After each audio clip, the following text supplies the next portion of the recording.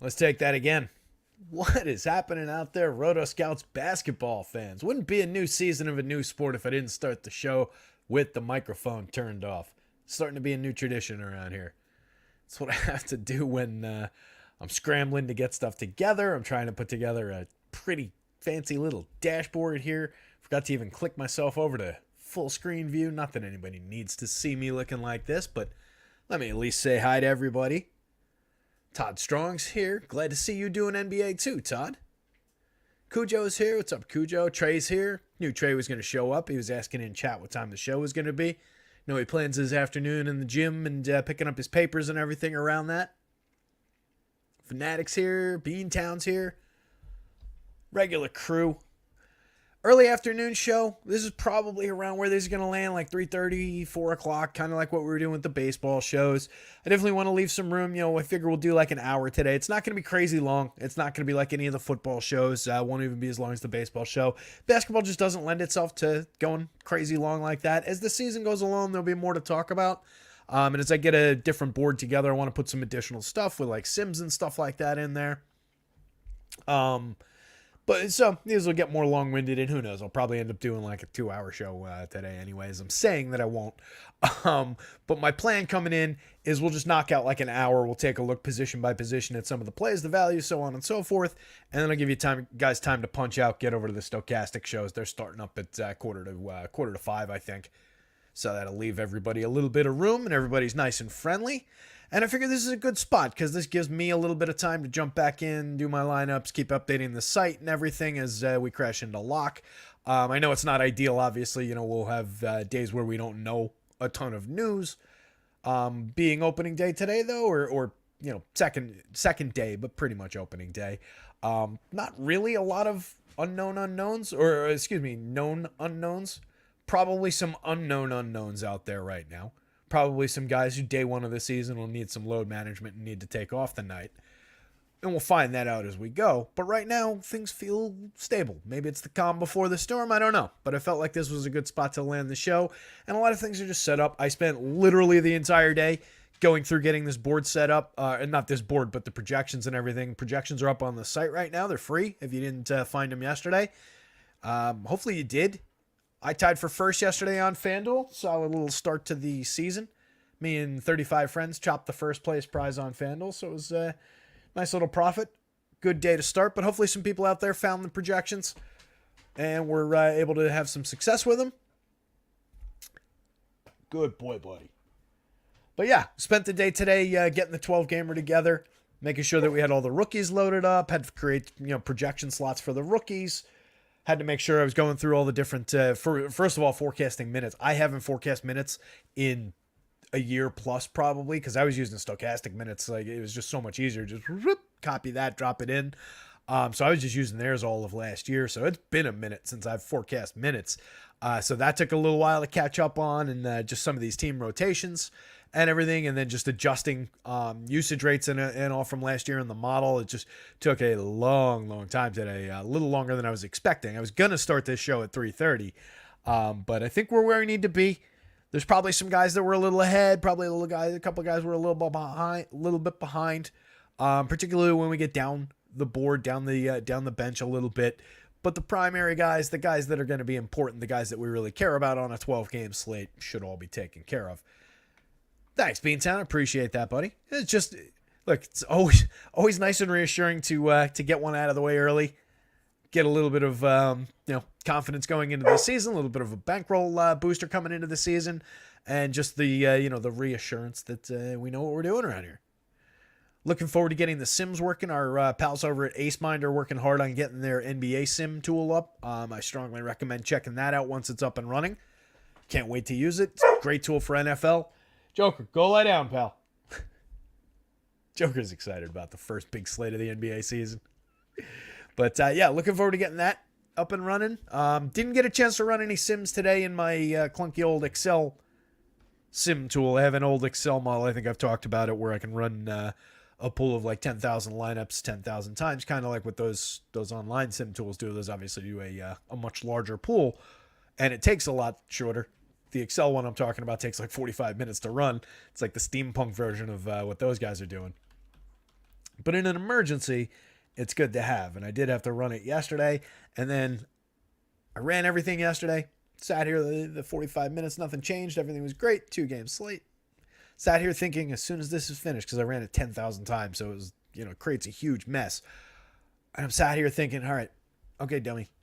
As soon as it's done, save it before you try and sort it. First thing I did when I finished, let me see what's up on top. And I sorted it and it zipped out the whole file. So I had to reopen it and rerun the whole thing, and ended up just using a different version of it that was a non-simmed sort. But that worked out well. So I might end up just doing that again today. We'll see. But anyhow, you guys saw this a minute ago. That looks all right? I know it's not exactly clear. It's the best that we can do with the screen fitting into need to have at least this much on the board right now. Give you guys a little geography on this thing. FanDuel's over here. DraftKings are over here. Stats in the middle. This is all last year's stats, obviously. All right, so FanDuel pricing, positioning. Minutes are here. Not really looking to get into too much minutes discussion of this guy's going to get 2 extra minutes coming off the back of the... There's plenty of places to go for that do it certainly better than I could, at least at this point of the season. So I've got the minutes pretty much set. What I want to look at is I just threw in a simple point per dollar here, so we can talk about some of the values, and I figure we'll go position by position. It's always struck me as the better way to do NBA. But as I was saying, as AceMine comes online, I'll populate this. This used to be the boom column. This was the ownership column, optimal lineup appearance rate, and the leverage column. If you ever saw me over at Stochastic talking about a lot of the boom bust tool stuff. So this is just waiting for new friends to populate and fill in over here, where all that data used to go. Now it's just my projections, all lonely here. But we'll get some other stuff in there for sim data for ROI, so that we'll have some other stuff to talk about.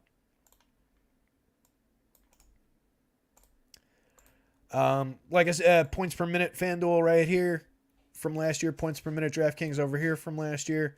DraftKings projection, DraftKings point per dollar. And then right in the middle, we're just dealing with usage rate, true scoring, or true shooting rather. First one of the season. True shooting, assist rate, rebound rate, and then just simple points per game, rebounds, assists, threes taken, 3-point percentage. So some pretty straightforward stuff. Let me talk to the chat here, see what else is going on. Steven Leibowitz is here. What's up, Steven? Good to see you, buddy. Jody Grant. Jody says, I'm at work, letting you guys do the work. Hope to join you guys in a bit.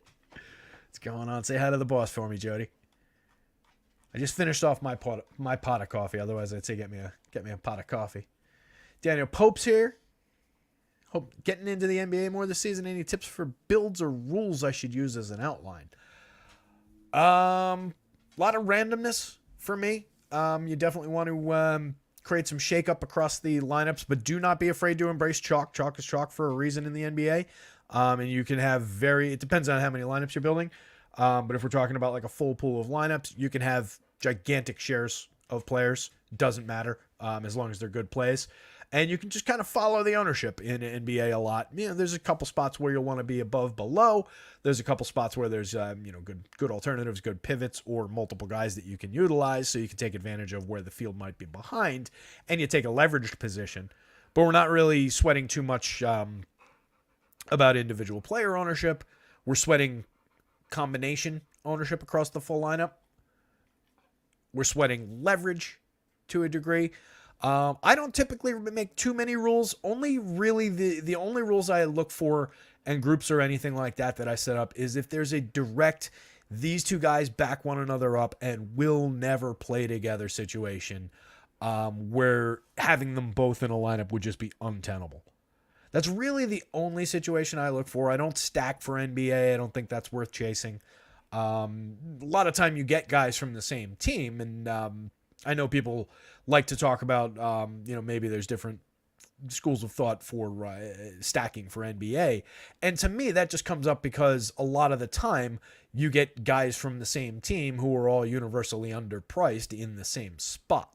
So you get your results skewed by that a little bit if you don't take the price and the points per dollar of that given slate into account. So it just looks like stacked payoff more often than they do, where it's just, it tends to be just groups of guys rather than direct. It's not a directly correlated scoring event in all cases. There are some correlated scorers, don't get me wrong. There's assists. But yeah, it's definitely not a stacking sport like football or baseball, at least in my mind. But yeah, heavy randomness. Focus on your. To me, it's typically a lot of stars and scrubs type builds. If you want to chase that verbiage, it's a way a lot of people like to talk about it. I don't like to get into it and say, all right, this slate has to be built this way, that slate has to be built that way, because there's a lot of times those mid lineups float up to the top. But yeah, if there's any specific questions that come along, happy to talk about lineup construction and how they should be built. That's the more interesting stuff with NBA. But really, NBA, I mean, the best thing you can do for NBA would be that. Just talk about this. Don't even talk about the names. Don't even tell people who these players are. Now, obviously, there's no way to properly do that on a show and identify these players. But my point is, NBA, more than any of these other sports, is a math problem. NBA is very much rate, minutes, points per, however you want to set it up. And I'll get into the model in a second. And I'm chewing up some time here at the beginning, but that's all right. So NBA works very much on a just rates per type of basis, and then within standard deviations of that, and it becomes a version of the knapsack problem, if you're familiar with that, or I've always liked to talk about it in terms of George Carlin's old routine about your stuff. Right, George Carlin had a famous old routine about, your house is just a place where you keep your stuff, and blah, blah, blah, and then you go on vacation and you got more stuff, and it gets down to a point in his routine where he's talking about, all right, now I got to go to the island. Your friend Bob comes over, and Bob says, hey, we're all going over this other island, and now I got to figure out which stuff from my other stuff am I going to bring with me. And you got to grab your toothbrush and your shoes and your sandals and your whips and your chains and your whistles and your dildos, and you pack that all in your bag. So it's basically a version of that, right? You have a suitcase. You have a set size. That's your salary cap. You have certain items that you want to bring with you. You have certain items that are very high value, high utility items. So if you just want to think of it in terms of the metaphor, you can think of, your toothbrush, right? Your travel size toothbrush. It's that big. It takes up no room. You throw it in the suitcase. It's just down there in the corner. It doesn't block you from being able to pack your snorkel and your flippers, if that's what you want. Your snorkel and your flippers are your Lucas, your high-end guys, your guys that, you probably need. They're probably, if you've planned a 3-day snorkeling trip, you're going to need your snorkel and your flippers. And those are the guys that are key. They're high value. They're awkward to fit in because they cost so much. But those are guys that you just got to figure out a way to cram into the suitcase. And then the other guys are the things that fit in around the edges, the soft, squishy things, the socks, the things that are all the same. I've got 12 pairs of socks that are all the same, but this one fits in over here where that one didn't, or these are blue and those other ones were green, and so on and so forth. So it's all about fitting it into the suitcase, and then whoever packs the best suitcase wins the tournament. That's NBA DFS. And Stephen Leibowitz points out, everyone is traveling with Obi Toppin today on DK anyway. Yeah. I'm not sure what his actual ownership projection is over on RG. It's not gigantic where I was looking. I was expecting it to be mind blowing and massive. And I think that is the appropriate way to do it. I would have tons and tons of Mr. Toppin. So talking about rates and how everything comes together in terms of the model, you'll see some guys that are probably projected, specifically guys who are creators of fantasy points. They'll be a little bit more highly projected in our model in some cases than around town. And I think that's important. And that's something that I created last year. The model that we're using, I created it last year about mid-season and had some success with it. I liked the way it came together. And it came together, I really started thinking a lot about, where fantasy points come from in NBA specifically. And to me, there are creators of fantasy points and collectors of fantasy points. Guys that are rebounders, guys that are shot blockers. tend to be collectors of fantasy points, situational fantasy point guys, where guys who are, dynamic playmakers, guys who are point guards, have the ball in their hand all the time, are creators of fantasy points. They're distributors, they're facilitators, they're scorers, they're guys who drive. Then there are guys who do both. There are guys like Nikola Jokic who do both to astounding degrees, and you'll see them skyrocket through the model. So I tried to capture that as best I can by doing a new version of how I do things on the back end of the model. In terms of, I created a point per touch system that I think is working out really well. And it's essentially boiling everything down to every time somebody has the ball in their hands, that can only end a certain number of ways. A turnover, a field goal attempt, a field goal made, a potential assist, an assist, so on and so forth. So I tried to capture that and boil it down and really distill it down to as much as possible. So that's where we'll see some of the, sometimes some of the big men will come up a little bit shy of where other people have them. And I'm fine with that because I'm trying to capture a lot of the, dynamic outburst type scoring that we need to win these tournaments. So sometimes they'll be deliberately high. If you see things that you don't like, just give it a little nudge south or north or wherever you want it, and that's also perfectly fine. Anyway, let's get into this before we burn down the whole show. Ryan says, my brain got so scrambled there for a second, I forgot what I was even doing. I'm not sure what he's talking about. What's up, Vic? Vic David's here. Oh, Ryan's too high for this. All right, I missed that part. I'm just the right amount of high for this. Daniel Pub says, also not for NBA, but on NFL Showdown, I have some general rules for DK that work pretty well, but I don't have any made for FanDuel. I want to play more on there, but I get more confused. Any help? So remind me, presumably we'll be doing a Showdown show tomorrow for NFL, and remind me we can talk about that. For Showdown, I just kind of let things fly. I really don't make any rules. You can always go in and make a quarterback and one pass catcher kind of a rule anytime you get your quarterback, or at least anytime the quarterback's in the MVP, something along those lines. What I do a lot of is use extremely heavy randomness, and I really thin slice, like 8% per slot per crunch, to just create a complete, as big a mix of viable players in those showdown lineups. And then I weed out all the highly potentially duped ones, and then that's what I select from. So just to kind of high level it. Anyway, Dell, heavy randomness, on the upper edge of, you said 50 to 100%. On the upper edge of that, I'd say 75 to 100%.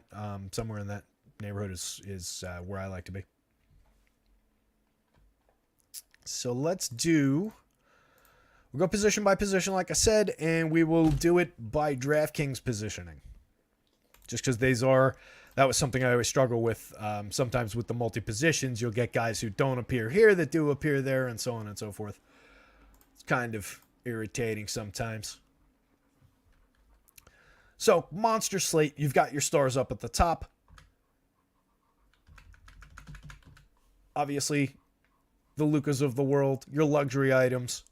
Luka and Kyrie both projecting out very, very well. Same team, doesn't matter. I'm giving them both 36 minutes. It's probably one or two high from where a lot of other places project them, but I want to give them their full run. I see no reason that they can't get there. It might come down by a minute in the final update for projections, but that's where I started them out on the day, and I think they easily support those projections. They're perfectly fine point per dollar. On the DK slate, they're a little bit less valuable point per dollar, especially Kyrie. Well, 4.96 versus 4.99, I guess relative salary-wise. I was looking at the color coding rather than the number. I should not do that because Luke is actually showing a better point per dollar over there. There's just more valuable point per dollar guys down board. Maybe I shouldn't color code these. Kobe White, by the way, very highly projected in the model and crushing value right now. Came up a lot in the FanDuel crunch that I ran earlier. We'll get to him in a minute. But yeah, two of your premium stars at the point guard position.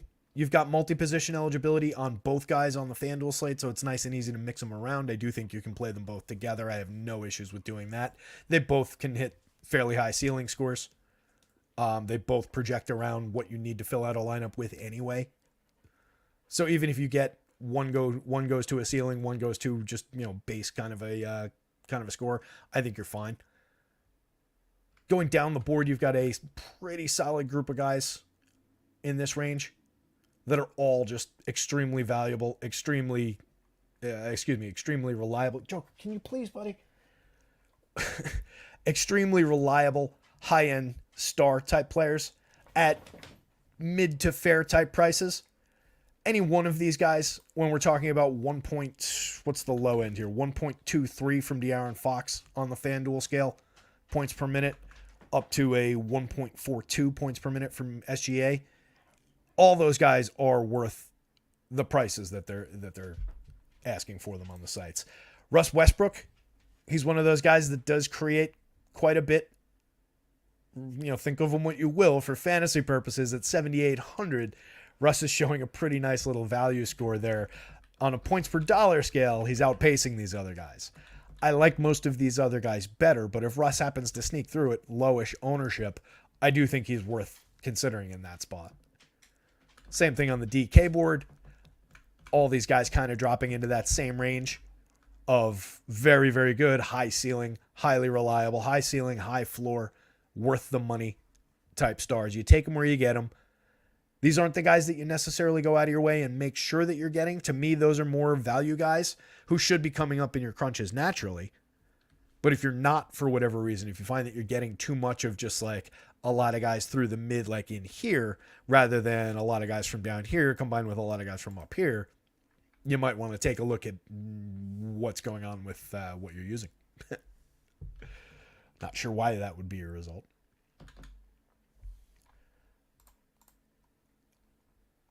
Jalen Brunson, solid little piece of value, I think, on both sides, more so on DK. But he comes up with a pretty good projection for the money. 7,600, not a bad price on DK. He's one of the few guys on this side that are showing, actually, no. Russ is point guard only as well. I was going to say one of the few guys that's actually most of the value guys. I had that the wrong way around outside of here. Most of the higher value point per dollar guys are point guard only. Oh, no, there's another one. Who's that? That's Kobe. I don't know what to think of Kobe White right now. He's projected highly. 30 minutes, it's not crazy, but he's a 0.8 FanDuel point per minute guy, 0.83 DraftKings point per minute. This is pretty high for Kobe White. I might have to consider that.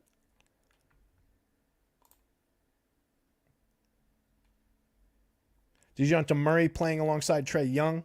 It's a guy that one of those guys, typically, whichever one's more expensive, will get a little bit less respected. People just go to the guy that's a little bit less costly.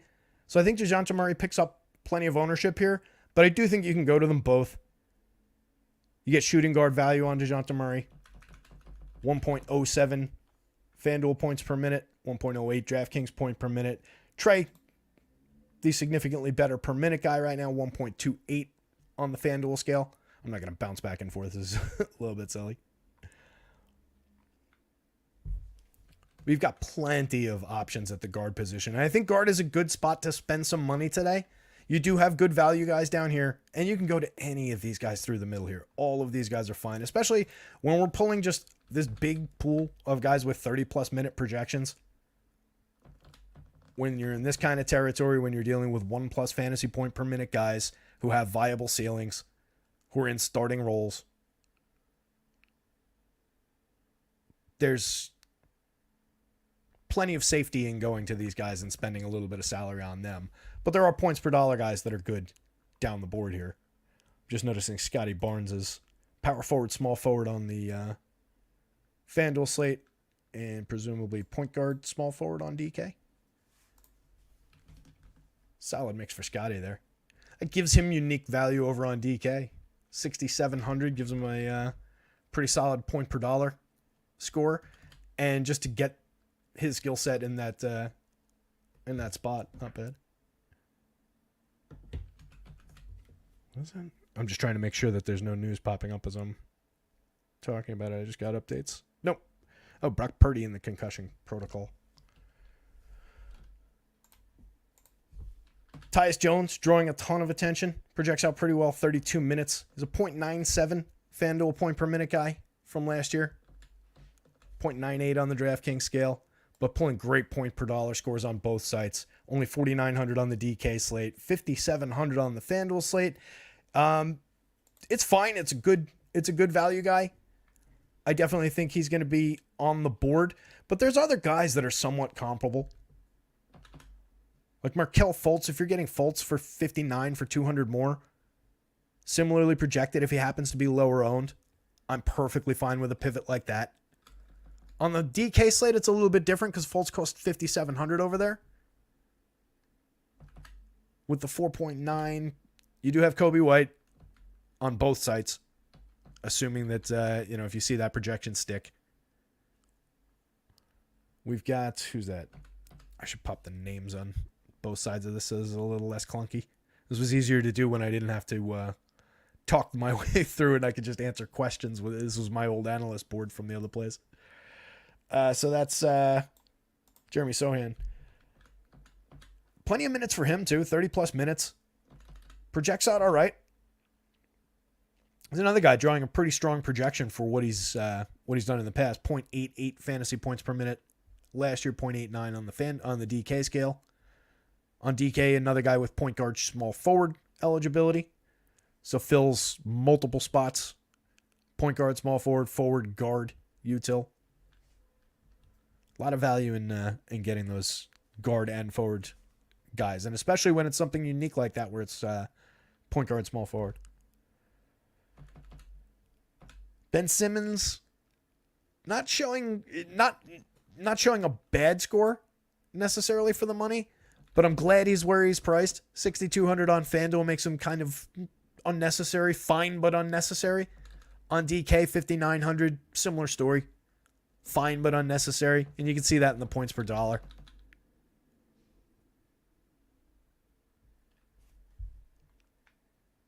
CJ McCollum's an interesting one. His usage rate from last year, 26%, but when he was playing with Zion, 22%. I've got him like halfway in between. Projects out okay, but not really for the money. 7,700 on FanDuel. Makes him a bit of a reach. 6,900 on DK is a little bit better over there. 4.7 versus a 4.02 value score. Drew Holiday. Another guy, basically all the Celtics, I kind of just trimmed their usage rates a little bit to try and capture what it's going to be like with all of them together. So Drew doesn't really come up. I think he's great. He's a 1.17 FanDuel point per minute player from last year, 1.21 DraftKings point per minute player. But he comes up a little bit shy. 30-point projection, it's fine, but on a point per dollar scale, comes up a little bit shy. Play my Knicks, too. Come on. Knicks, slow, grindy, Thibodeau kind of a team. What have we not talked about in here? Tyler Hero's always interesting. Draws a pretty solid projection, decent point per dollar rate. Shooting guard and small forward on the FanDuel slate. Point guard, shooting guard on the DK slate. Plenty of value in his number. Jordan Poole.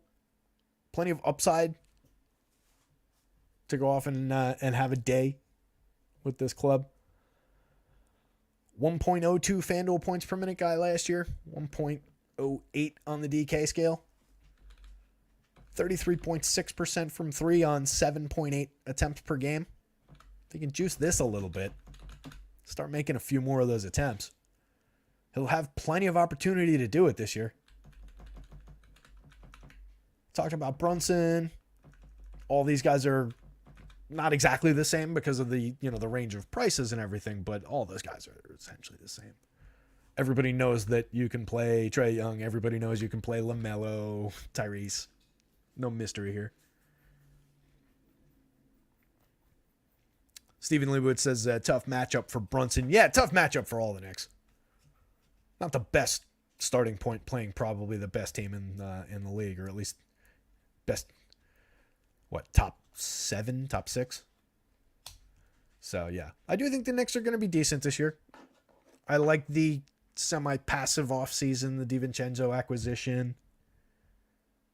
rebuilding that Nova championship team. My buddy Joe's a giant Nova fan.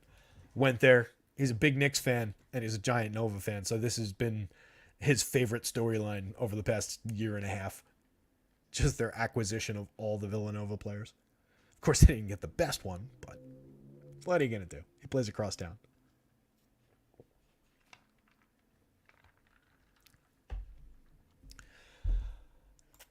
Beantown, what do I think of Schroeder? Where is he? In here, 25-point projection, giving him 30 minutes. I guess it's all right. I hadn't really considered him. He's never a player that I'm overly excited to get to. 0.78 FanDuel points per minute last year. 0.80 DK points per minute.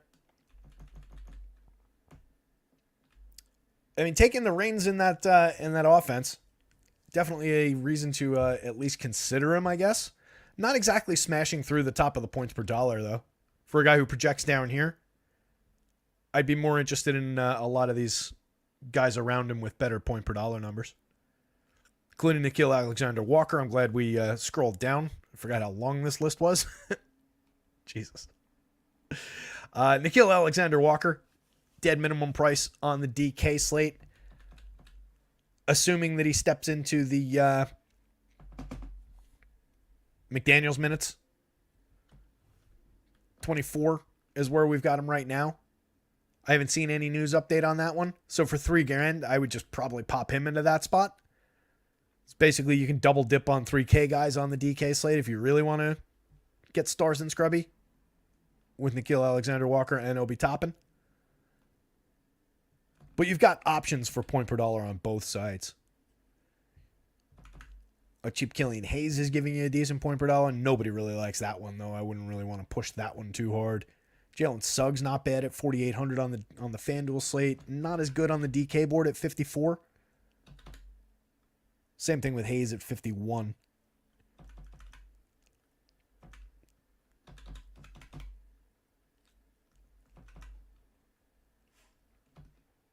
If you get a little bit more, you got 200 more to spend. You've got Sochan. Mike Conley to a less extent. I don't love the Conley spot, but a guy, I mean, 0.91 FanDuel points per minute last year, 0.93 the year on DK. I almost said the year before. For 30 minutes, you know, there's not much ceiling on Mike Conley. That's what I don't love about that spot. There's not a ton of ceiling once you get down to, you know, some of the downboard guys, of course. Like Alexander Walker would probably have to shoot his way there.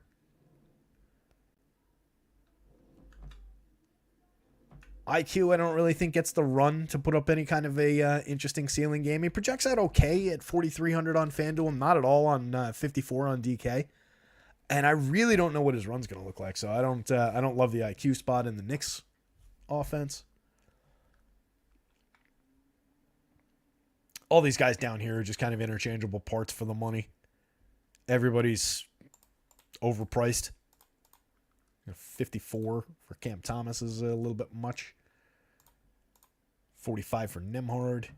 46 for Caruso in 24 minutes. Some of those guys that if you got them into starting roles for the price, maybe they become interesting, but nothing overly compelling down there. But yeah, Noah's a guy to keep an eye on over here. Yeah, I definitely would, based on where he's at, Schroeder can be in play. I wouldn't take him out of lineups, put it that way.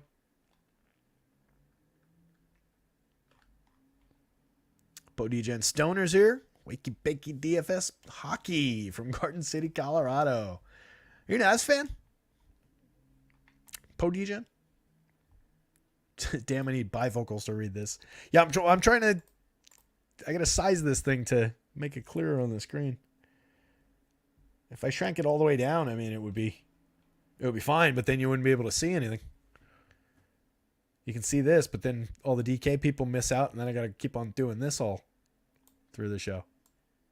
Trying to find a good lane of compromise. How's that? Is that a little better?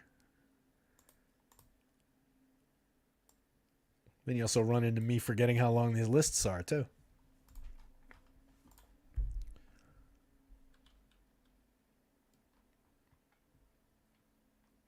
Conley has a long no. But Eugene is just a fan of who he bets on. All right, right on. I like the Avs. I always enjoyed the Avs, and my buddy growing up was a huge Devils fan. I'm a big Rangers fan. So there were a couple of those years where the Devils went to the Cup against the Avs, and I always chose to root for the Avs, and then that would be my team because they were much better than the Rangers at a certain point in the later 90s and early 2000s, before the Henrik Lundqvist years for the Rangers. So I would always use the Avs if we were playing like NHL, 99, 2000 or whatever. When we got an apartment, the second apartment we lived in, first one we lived in, there were four of us, and then JP and I split off after those two guys went other two guys went in other directions, and we both wanted the back room in the apartment, so we played a 7-game series of NHL. I want to say 98, but that probably isn't right. It's probably like 2000, 2001. We played a 7-game series. He was the Devils, I was the Avs. I won it in 7. And then it turned out that the other room was the better room. He didn't scam me. It just turned out that way. It was up front by the street. Just more going on. Anyway, let's get off this. Let's move over. Talk about some of these shooting guards. And whoever else comes along for the ride. Des Bane, major value on both sites. From the top of the board, projects out for a monster. No John Morant there. Plenty of usage for him to soak up. Tons of minutes. 1.13 FanDuel points per minute last year. 1.18 on the DK scale. Massive points per dollar number for him. You've got him at this kind of points per dollar, and then a long stretch of these type numbers. And then you get back to like the THTs of the world. So to get a player like Desmond Bane showing that kind of a value is pretty strong. Going to have a ton. Unless something changes, going to have a ton at 8,100 shooting guard and small forward eligible on the FanDuel slate. Same positioning on DK for 74. Going to have a ton. At the top of the board, Kyrie, one of those luxury items. We talked about him on the when we were talking point guards. Joker's obviously enthusiastic. Ingram, not a bad option for 8,200. He's one of those guys that's just perfectly fine, secure, stable floor unless something goes haywire. Reasonable enough ceiling. 1.17 FanDuel points per minute, 1.22 on the DK scale. 7,700 on DK, showing a little bit more value than over on FanDuel. Not bad there, actually. That's a player that I think will come up pretty decent amount. Let me see if I ran a lineup build. See how much he came up. Buddy, go lie down, would you? Not as much as I would have thought right off the top. Oh, there he is. Came up ahead of their projected ownership. Can you guys hear me, by the way? Tell me now. I click back to our tab now. When I was just doing that and I said, like, our projected ownership, blah, blah, blah. Could you guys hear me? I had clicked to another tab.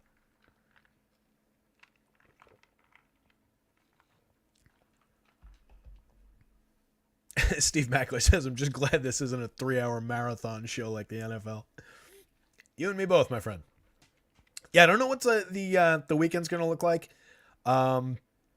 Pretty sure the NFL shows will just be the usual Friday, Saturday mess. Not sure what we'll do NBA-wise on Saturday. Probably we'll knock out a show. Definitely we'll have projections and everything. Sunday, projections will definitely be up. I'll get them up during the day. But then I'm going to the Bad Religion show on Sunday in Sayreville. So not going to be around, I don't think, around NBA lock time. Not going to be around probably during the afternoon like this. So probably no NBA show. There's usually no NFL stuff anyway on Sunday outside of like just go enjoy the games.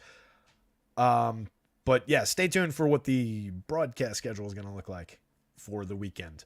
But yeah, we'll be doing NBA and NFL tomorrow, and that should be fun.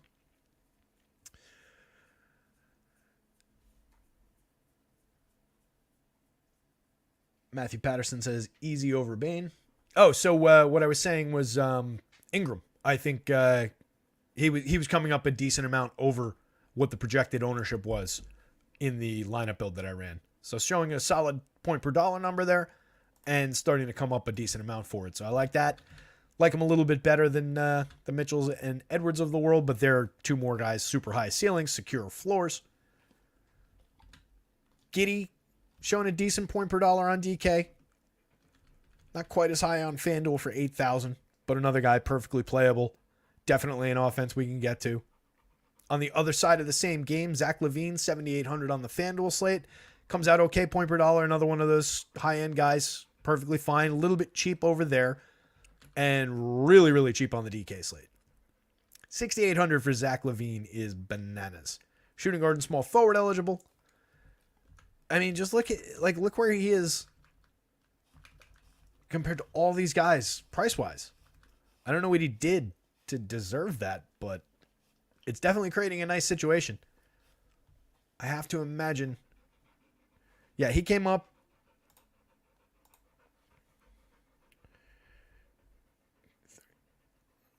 Fifth highest overall behind Tyus Jones, Obi, Desmond Bane, THT, Russ, if you want to believe that Russ projection on that DK board. So like behind all the point per dollar guys, he's the first guy that you would consider. Oh no, Triple J's there as well. So Triple J and Zach LaVine, two appropriately matched guys, or the first guys that you would consider like maybe not stars, but like starish or like, you know, not value guys, valuable on this slate, value guys on this slate, but guys who are real players. So he's coming up a ton on the DK board. I think he's very, very valuable over there.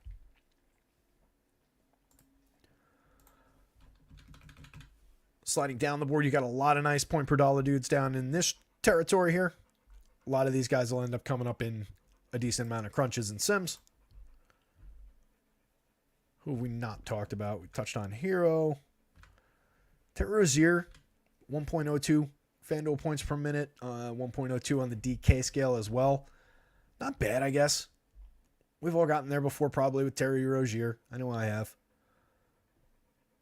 I feel like there's a lot of disappointment baked into the Terry Rozier play a lot of the time, but it's 7,200 showing that kind of point per dollar, shooting guard and point guard eligible. I expect I'll have a decent amount. I think that game will come up a fair amount of the time. That's what I forgot to put in here. The game, the Vegas numbers. I meant to put that right here. I'll add that for the next show. Dinwiddie I didn't really touch on, but he's showing a decent value. Another guy that is kind of similar bucket to Terry Rozier. I feel like a lot of either success or total disappointment. Not a lot of just he supported a good score in a lineup type days.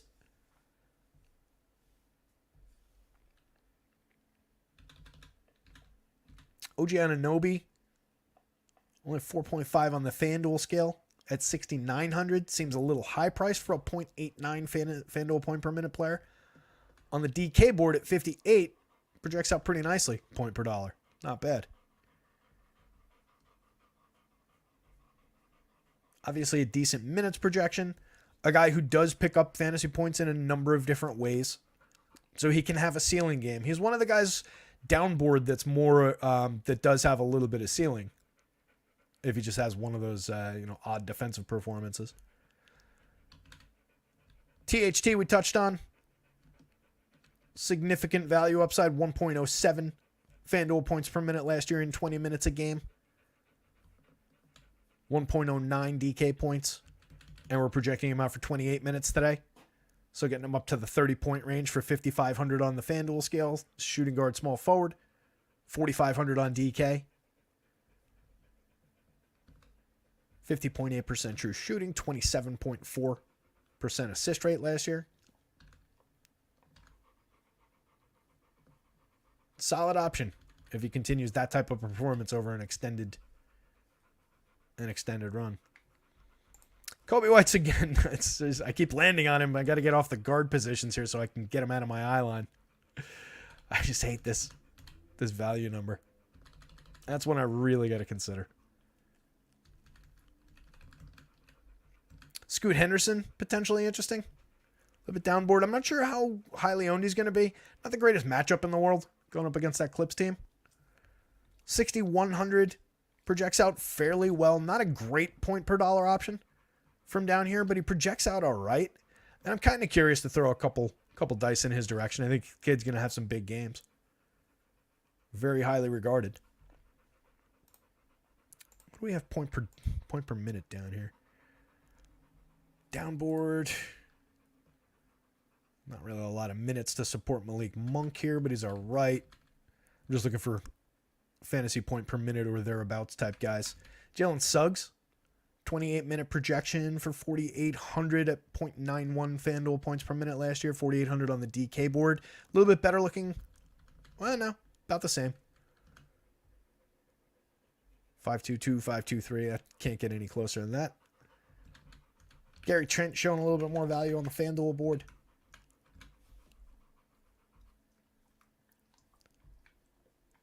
A lot of these guys are more your not super high ceiling. Maybe I can get myself into the mid 30s, into the low 40s if I'm lucky, and it's the guy who fills out a lineup for the price type guys. Those the not secure necessarily because they've all got low floors, so like low floor, relatively low ceiling, just mid price guys. The Tim Hardaways, where is he? The Tim Hardaways of the world. There he is, right there. The perfect guy to describe who I'm talking about. He's 5,000. That's usually what these guys cost. He's a 0.76 FanDuel point per minute guy. The guys around him, Ben Mathurin, 0.85. Dennis Schroeder, 0.78. Gary Trent, 0.86. All these guys are capable of giving you 30, 40 points. More likely to give you 18 to 25. But any one of them can be built into a lineup. But should not be. They're the guys. They're the the boring shoes and socks in your suitcase. They're just the things that you stick in because hey, I've got a $5,000 slot there. Tim Hardaway's got 30 minutes and upside to 40 points. Not all that likely to get there. That's where we'll get the Sims and everything filling data out. I just use comps. Todd asks what's my process for projecting rookies. Everything is a guessing game in terms of what the usage is going to look like, what the minutes are going to look like. Obviously, there are guys who will have much more high-profile roles, like Wemby, like Scoot. There are guys who just land in the 14, 15-minute range, and we're just guessing at what their usage is going to look like. But everything just boils down to I have a rate that I arrive at. Well, it's actually a combination of a couple different rates. But I have rates that I arrive at and then the minutes projection. And it just becomes a math problem. So if you just go and find a comp for somebody and just make a copy of that and you can tweak it in either direction, I think this kid's going to be a little bit better, which is a weird way to do it. Typically, I'm going to reduce this by a little bit because this is a rookie. The only guy that I can think of that I was in there like, I think I need to increase this was Wemby. Just because I don't really know how to capture a guy who's 14 feet tall and can block shots that are 35 feet off the ground. Dennis says projecting rookies much more difficult than projecting Rockies. Nice. Love it.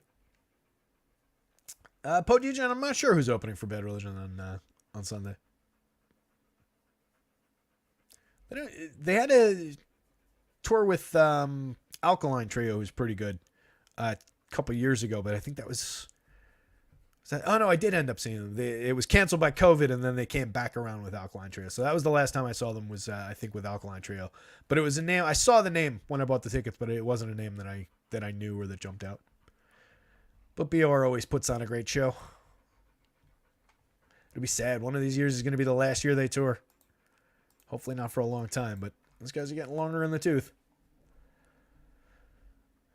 Anybody that's burning up the boards on other sites, or anybody that you guys want to zero in on specifically, like Jalen right here, another one of those guys that's in that range of very secure floor, decent ceiling, but in that divided up offense, I'm not entirely sure. He goes from 30% usage, I think I gave him 25, 26, somewhere in that territory.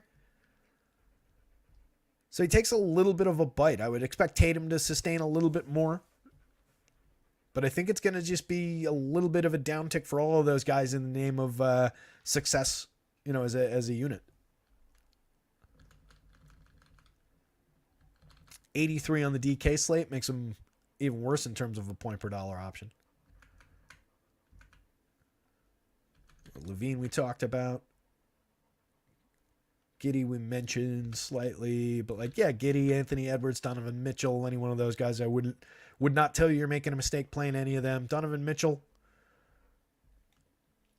not completely uninteresting. Not as good at 94 on the DK board, slightly better at 89 on the FanDuel slate. Shooting guard only over there. Point guard and shooting guard on DK. Not the best option, but definitely a guy with some explosive upside.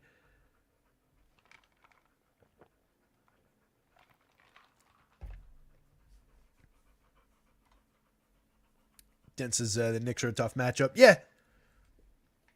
Decently defensively oriented and just grindy. Slow, plodding, grindy kind of a team.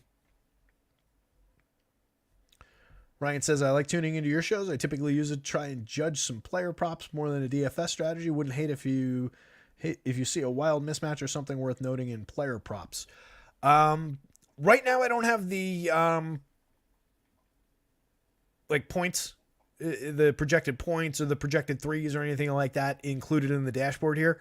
But that's something I can put another tab here for that we can pop back and forth. Probably best if you in the future, Ryan, want to come with a couple in mind that you're looking at and just, how does this align against the model? We can always try and do that. I'll make a note to try and put that in here so that we can talk about some player props. It's a good idea. Always valuable, always something that people are looking for, but just not something that's at the forefront of my attention all the time. And right now there's enough, at least as I'm getting back into the swing after a year plus of not doing basketball shows or anything. I was thinking about that. I'm pretty sure I was sidelined most of last. I think I probably did a couple during the year. I can't imagine I was sidelined the entire basketball season, but I didn't do a lot of basketball shows last year at all. So I am rusty and I'm feeling it. But what I'm really looking forward to is when we have the ROIs, the percentages, stuff like that in here. The stuff I care about talking about, like the point per dollar is fine. It's a good judge of where those numbers would land anyway. That's why I threw it in here, just in a pinch. But that's really what I want to get into is, the finding those spots to really lever up. So let's keep on moving from here. Let's do all the forwards. I'm just going to lump all the forwards together. In the interest of time, it is 4:38. I did say I'd get you guys out of here in time to go catch the stochastic shows. I wasn't being sarcastic. Des Bain again at the top of the board because it's both forward positions. He's forward eligible on both sites. Definitely a strong option. On FanDuel, I'd probably end up with him more at the forward position. On DK, I'd probably move him around the board. I just feel like if we're looking small forward-wise on FanDuel, easily the top point per dollar guy. And not a ton of small forwards that I'm really all that worried about losing out on. Like, who else is in here? Ingram. But he rates out. He projects both more highly than Ingram and by at a better point per dollar mark than Ingram. And you can play them together, obviously.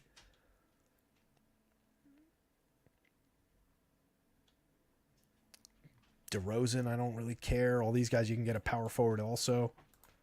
So yeah, I think Bain eats up a lot of those small forward slots on the FanDuel slate. Let me get that back out of here.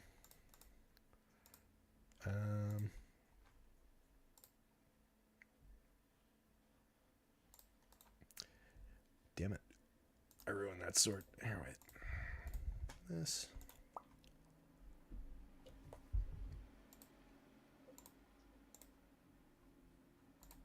Bear with me while we get back to this. There we go. So yeah, Bain is a very high priority item. Julius Randle at 8,300 on the FanDuel slate. There's a lot of guys on FanDuel that were pretty fairly priced in terms of like a very solid middle at the power forward position. Triple J for 82. I was mentioning this in Discord last night just when I was eyeballing it. Randle for 83. Markkanen to a degree for 84. Triple J at 82. KP for 81. Who are the others? And Wemby is only 77 on FanDuel. 85 on DK. Wemby very differently priced. Got him projected for a game. Got him at 31 minutes. I could see him playing a little bit less. I could see them taking a little bit of a conservative approach. But it's not exactly, it's not like we're giving him 38 minutes. So that's already accounting for a bit of a conservative approach. Projects out great for 7,700. Power forward and center on both sites. Definitely more of a priority on the FanDuel slate. I expect he'll get his ownership. I think people are expecting to grab him a lot and expecting explosions of fantasy points, which is probably pretty realistic given what he can do on the court. You can see where some of these other guys fall when we filter in, like Anthony Edwards was up in this territory when we were on the guard board, but he falls behind a lot of the forwards. There's a lot of good positional options for big men today at decent prices. This range is a little tough on DK, where you're getting Tatum at 10.4, Pascal Siakam at 10.1, even Zion at 9.7. Just becomes a little bit challenging when you've got a lot of really similarly projected guys just at better prices. Right? There's not a lot of daylight between KP or what was this? I don't want to use DeRozan as the example. Let's say Karl Anthony Towns at 41 for 86 versus 43 at 9.7 for Zion. There's a lot of really, really good pivots here. So right through this entire range, I'd be looking to try and target these, more highlighted in green, strong guys for point per dollar value. The Triple J's of the world at 66 on DK. I didn't even notice that. That's really cheap. That is not a bad value play at all on the DK board. We've all seen Triple J explode from monster games. Keep him on the court for 32 minutes, and I think we get a very nice game in that spot. But a lot of these guys, the more yellow guys, the higher price guys, I think you can definitely grab shares of them and just play them for, their raw projections. And then if you're doing that, just play the ownership game with those guys. But definitely higher priorities on the similarly projected guys who fall into cheaper prices. Kawhi and Paul George, 9,400 to 8,400, kind of fall more into that range of playable but also skippable.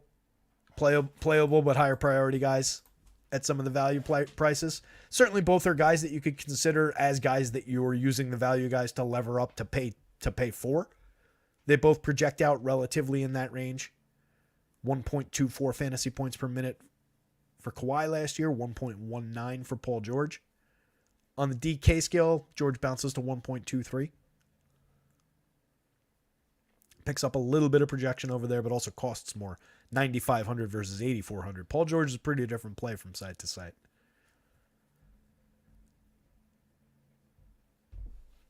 Mikal Bridges, player I like to get to, but 83. He's showing good mid-range value. But again, this kind of falls by the wayside when I've got a lot of strong value options up here. Definitely a guy who can drop into some lineups for me.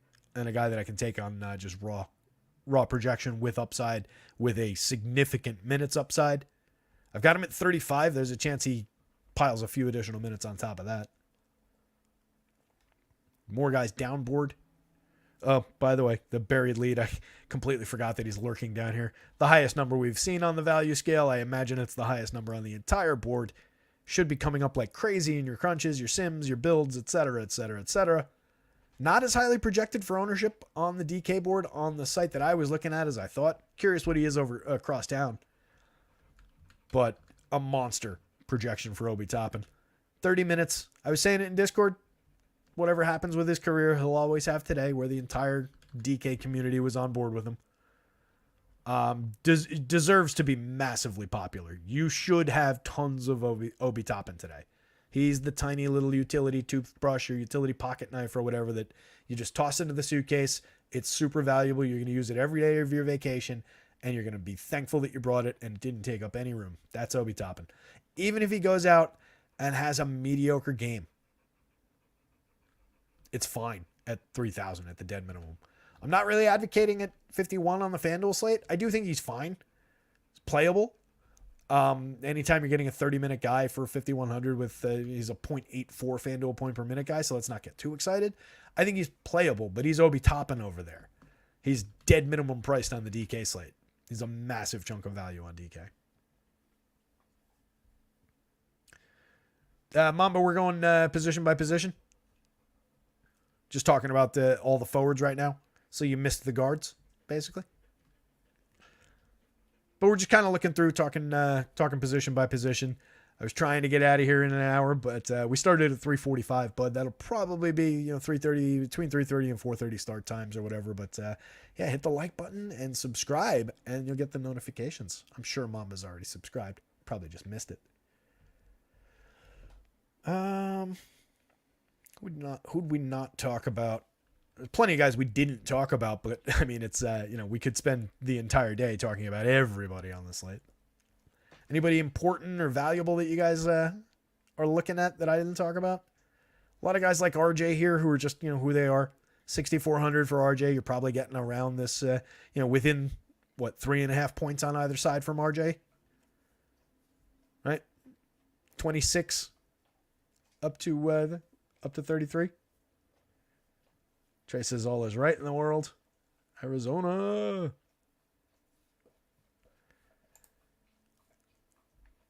Chet Holmgren, Jalen Williams. A lot of playable parts on that OKC team. Curious to see how that all comes together. Scotty Barnes, 76. Feels like it's a good price for Scotty, but again, another guy that just kind of drops into this range of just so many guys.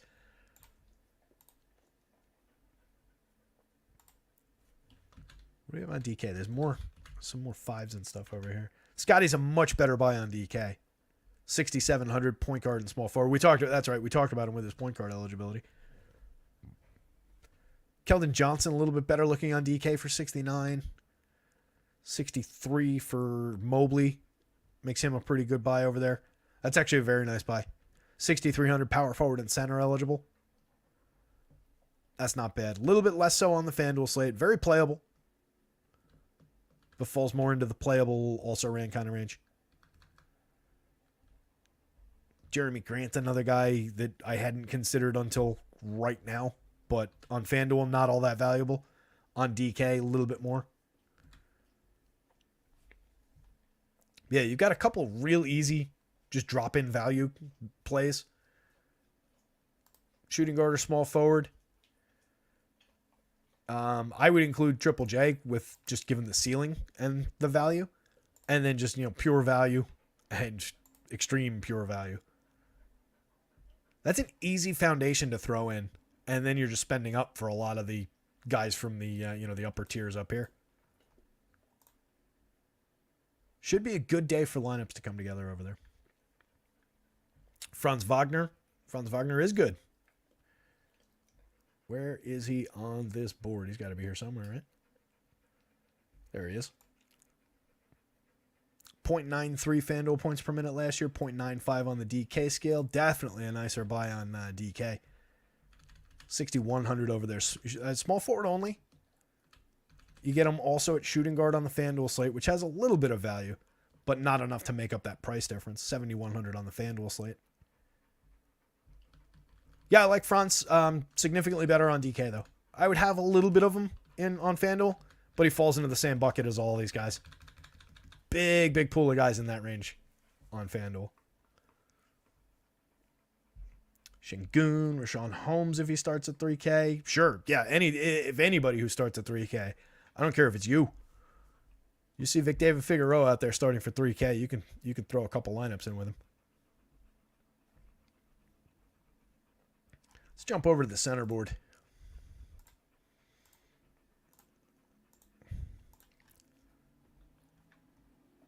Beantown's asking about Chris Murray.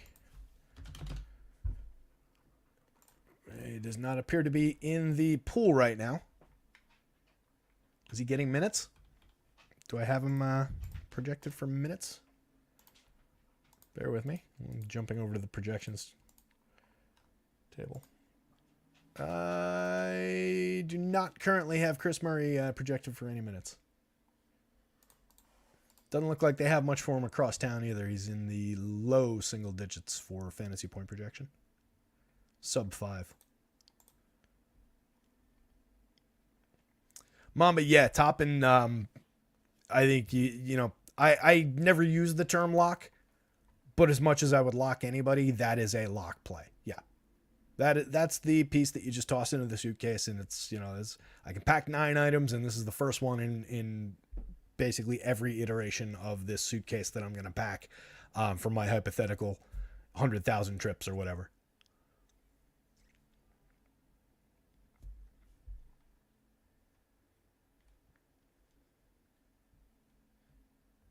Beantown, let me know on Chris Murray if I missed something there, if I should be giving him minutes. But yeah, I don't have him, and it looks like RG's got him for less than 5 fantasy points. So it doesn't seem like a play unless something changed or unless I miss something. Let's jump to the center board and get this thing wrapped up. We've already gone an hour 5. Appreciate everybody hanging out. 46 people here watching with us. It's great. You guys rock. Hit the like. Hit the subscribe. Helps keep the lights on. I mean, it doesn't, but it helps drive the numbers up and makes me feel good. At rotoscouts is the Twitter handle. Follow that thing. Hit the retweets and likes over there, too. That's the one that does get eyeballs, I think, over to the site a little bit. YouTube definitely does, too. But, yeah, just more noticeable, again, when those things churn up a few retweets, few likes.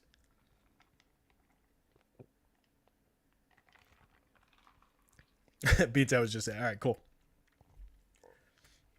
They said my suitcase brand is Obi Toppin Series 1. Dennis says, of course, it's company policy never to imply ownership in the event of a dildo. Always use the indefinite article a dildo, never your dildo. Fight Club. All right, center position. A lot of same value guys on DK through like this range, like this entire range. And then you've got Obi down here who's also center eligible to ruin everything. You can easily just stick Obi at your center spot on DK and go about your business. You're not even completely crazy because you're not missing out on super crazy premium centers. It's not like it's a Jokic slate. You've got essentially everybody. Like, who are the center-only guys? Who do you absolutely... If you just plug in Obi at your center spot, you miss out on Sabonis, Vooch, Bam, Şengün, Ayton, Turner. There's guys who can create a ceiling there, absolutely, and there's some guys who are showing, solid point per dollar. Like Turner for 5,900 could have a massive day any given slate. Şengün, a reasonable playable part for 64. But there's nobody that it's like tragic to leave on the table here if you just wanted to plug in Obi at your center spot and go to other spots. It's not how I would build lineups, but he is an extreme piece of value at basically any position you put him in. And there's probably more guys that are power forward eligible that you definitely want.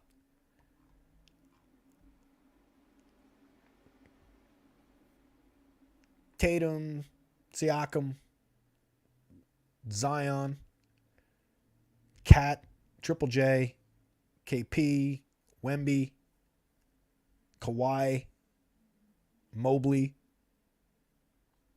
several of the other value guys. There's a lot at the power forward spot, but there is a ton also, not to discount what this range can do for you too. Especially if you're not on board with the Obi play, there's a ton to like through this, these 67 and 627 rather guys on the DK slate. All these guys showing in the 5s and 6s on point per dollar. Think back to when we were looking at the guards before, or even just look across at the FanDuel slate. A lot of these guys in the 4s when it comes to the point per dollar. So there's a lot of point per dollar value through the center position on the DK slate. There's a direct path, or there's a kind of scattershot approach to the position on DK.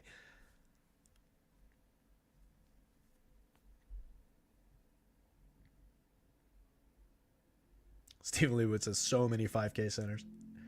Everything on DK looks yummy for pricing. Yeah, they definitely came at this slate, this giant early slate, with pretty loose pricing.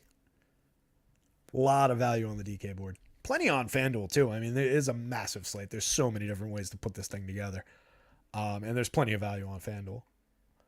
But I think DK did more favors for their people. FanDuel, I think, probably created the more interesting game, the more interesting contest today. DK did people more favors. DK created the more user-friendly slate. On that FanDuel board, you got a couple premium guys at tougher price points in a point per dollar sense. Cat at 91 does have the power forward and center eligibility. Obviously a high ceiling guy. 1.17 FanDuel points per minute, 1.22 on the DK board. Not my favorite target though, especially on FanDuel at that price. Pretty low in terms of where we've seen a lot of these point per dollar guys. Different slates for Cat maybe during the year. But any of these Zion, Randall, especially Randall at 83, I like that a lot. Focal point for that Knicks offense. Never a great look going up against the Celtics. But he's powered through big games in spots like this before. 1.21 FanDuel points per minute last year. 1.28 the year before. I keep doing that. Well, I'm used to the baseball board where it goes sequentially year by year going to the right. It's FanDuel DK on this one. But 1.28 DK points per minute for the price. That's a pretty decent buy on Julius Randle. Prefer him at the power forward spot. Rather than, I'm talking about Randle as a power forward on FanDuel when we're doing the center position. Prefer him if you can get him at the center spot if you're not going for that Obi play, because then it just gives you access again to all those other valuable power forwards.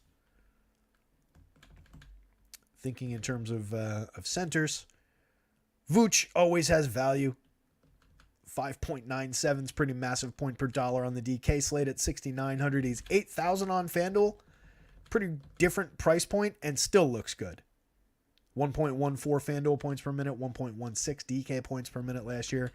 60% true shooting, a pretty solid assist rate for a big man, 14.6%, 17.2% rebounding rate. Averaged a double-double in terms of the points and rebounds. Solid option.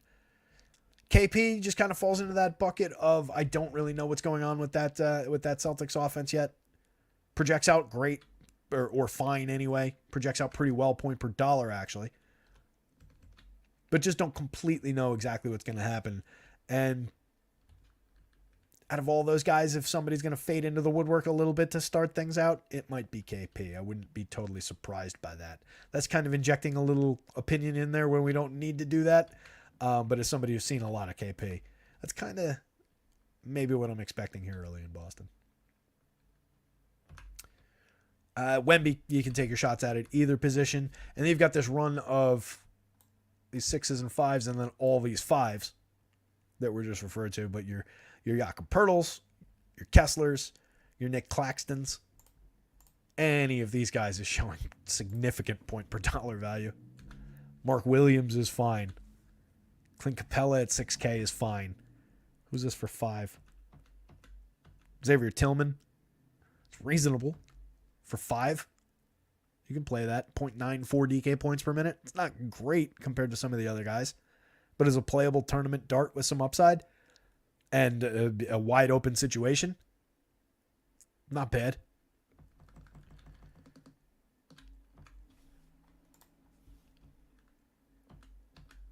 I don't know how much complete dumpster diving you need to do. And it's not even completely dumpster diving. I mean, we're talking about John Collins. We're talking about Mitch Robinson down here.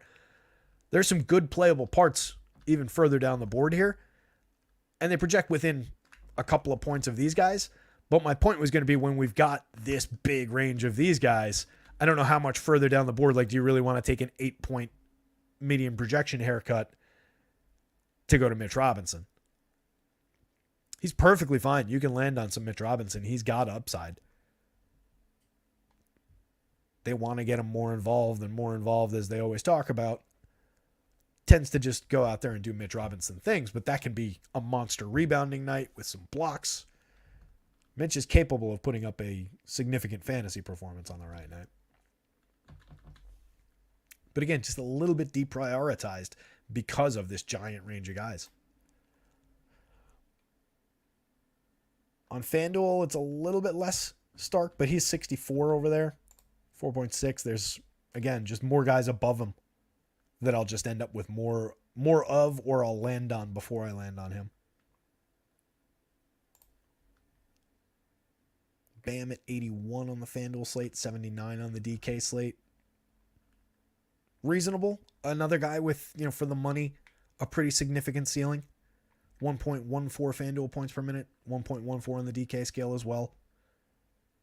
A 20 point per game player, 9 boards a game, a 13.9% rebounding rate, 15.4% assist rate.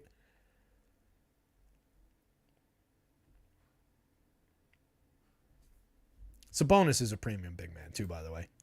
I know his point per dollar doesn't shine through like crazy, but again, anytime we're talking about the guys at the top of the board, we kind of forgo the point per dollar, and those are the guys that you're using the point per dollar to get up and pay for. What I love about Sabonis is the facilitation skills, the three, just basically, fill the 3 columns for me. Excellent true shooting, fantastic assist rate for a big man, and a very good rebounding rate. Last year averaged 19-1, 12-3, and 7-3. Doesn't shoot any threes, but we'll forgive him for that. Randall does a lot of that and shoots threes. He doesn't make all his threes. Made 2.8 out of 8.3 last year, 34.3%. But Randall's developed into a bit of a chucker from beyond 3. He's a decent facilitator, decent rebounder. A lot of interesting guys up here. A lot of guys that are power forward only on the FanDuel slate and double up on the DK board. Ton to work with in terms of big men over on DK today. All right, guys. It's 5 o'clock. Mama says, Terra's and Time Lord gone from this team. Who's going to get rebounds on this team if it's not KP? Oh, I'm not saying KP's not going to be good. I'm not saying KP's not going to get some rebounds. But yeah, we can pull that up and look at some rebound numbers if you want.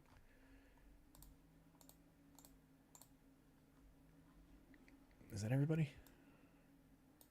I'm still not used to the size of the rod. I'm used to these sorts going down further.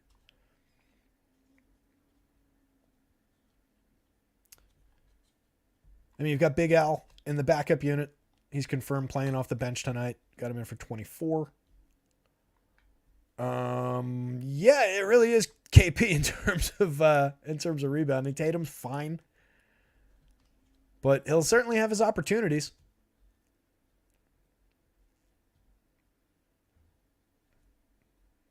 They're not the biggest team in the world.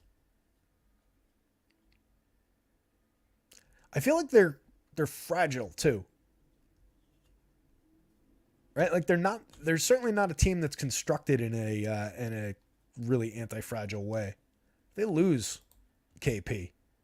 That's a pretty big dent in what that team's going to be able to do. Or at least in the depth. I mean, you can slide Horford obviously up. But yeah, it's a good call. The rebounds will definitely be there.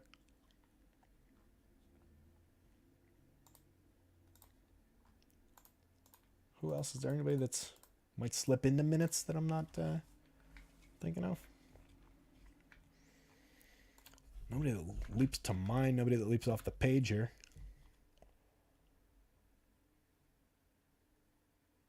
I'm in the other model, by the way. I'm not looking at the board. You guys can see. And I also don't know if you can hear me. I keep forgetting that.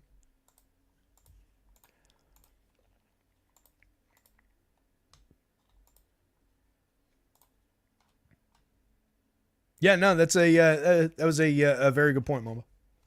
Appreciate it. Good note to end the show on or get wrapped around to. But yeah, it's KP can probably float some value just on rebounding alone.